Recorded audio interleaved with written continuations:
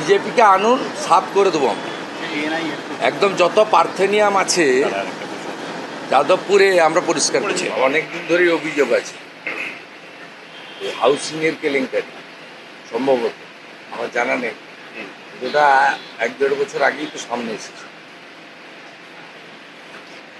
রাজ্যে একাধিক জায়গায় শুট আউটের ঘটনা ঘটছে। মালদায় তৃণমূল নেতাকে খুনের সাক্ষী মেটাতে বা তৃণমূল কর্মীকে খুনের চেষ্টা। মালদায় ইংরেজবাজারে আইন শৃঙ্খলা নেই, তাই হচ্ছে। আর পূর্ব মেদিনীপুরে পাঁশকুড়ায় শিক্ষক চাকরি হারিয়ে মানসিক চাপে সহ্য করতে না পেরে সন্তোষ মণ্ডল। দুঃখজনক। সুবল সোরেনের পরে আরেকটা দুঃখজনক ঘটনা। এর জন্য মমতা ব্যানার্জি, আমি কালকে দেখছিলাম শিক্ষামন্ত্রী এই এসএসসির সুপ্রিম কোর্টের নির্দেশে 9 বছর পরে যে পরীক্ষা হলো তার ক্রেডিট মুখ্যমন্ত্রীকে দিচ্ছিলেন। ক্রেডিট যদি দেন 2016 সালে তো এই মুখ্যমন্ত্রী ছিল, ক্রেডিটটাও তো তাকে দিতে হবে। ঝাড়খণ্ডে আবারও বাঙালি শ্রমিক, সন্দেশখালী শ্রমিক আক্রান্ত হয়েছে। খোঁজ নিয়ে দেখব। সব অধিকাংশই ভুয়া প্রচার। যেমন হরিয়ানা সরকার প্রেস রিলিজ করেছে, আমরা গভর্নরের কাছ থেকে পেয়েছি যে 1000 জন মতো বাংলাভাষীকে তারা তুলেছিল আলোচনা, মানে তদন্ত করার জন্য। তার মধ্যে 915 জন বাংলাদেশি বেরিয়েছে, বাংলাদেশি মুসলিম যারা অনুপ্রবেশকারী। অতএব এই বিষয়ে খোঁজ নিতে হবে। আর অনেক সময় এ রাজ্যের পুলিশও অনেককে ডিটেইন করে জিজ্ঞাসাবাদের জন্য। তার মানে এই নয় যে তাকে মামলা দিয়ে কোর্টে ফরওয়ার্ড করা বা তার উপর অত্যাচার করা। এটা আমাদের আগে সিআরপিসি আইপিসিতে প্রভিশন ছিল, এখন বিএনএসএ প্রভিশন আছে।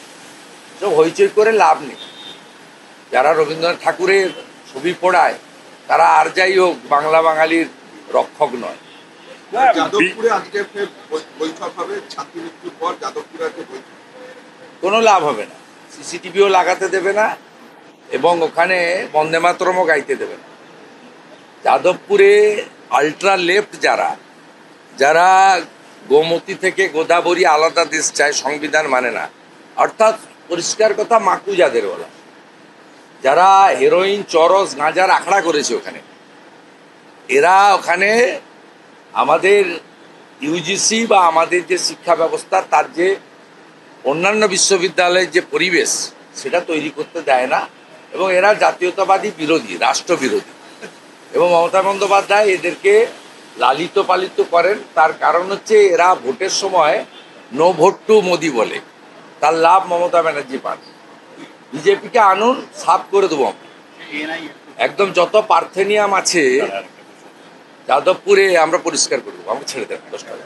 একটা বলছি কি হচ্ছে বীরভূমে গোষ্ঠী কোন্দল, আবার অভিষেক বন্দ্যোপাধ্যায় যে ক্যামাক্সিতে, আমি এসবে ইন্টারেস্টেড। আমরা ওদের হারাবো। আমাদের ভিডিও ভালো লাগলে লাইক এবং শেয়ার করুন। কমেন্ট সেকশনে গিয়ে জানান আপনাদের মতামত। আরও ভিডিও পেতে আমাদের চ্যানেল সাবস্ক্রাইব করুন এবং প্রতি মুহূর্তে খবরের আপডেট পেতে প্রেস করুন বেল আইকন।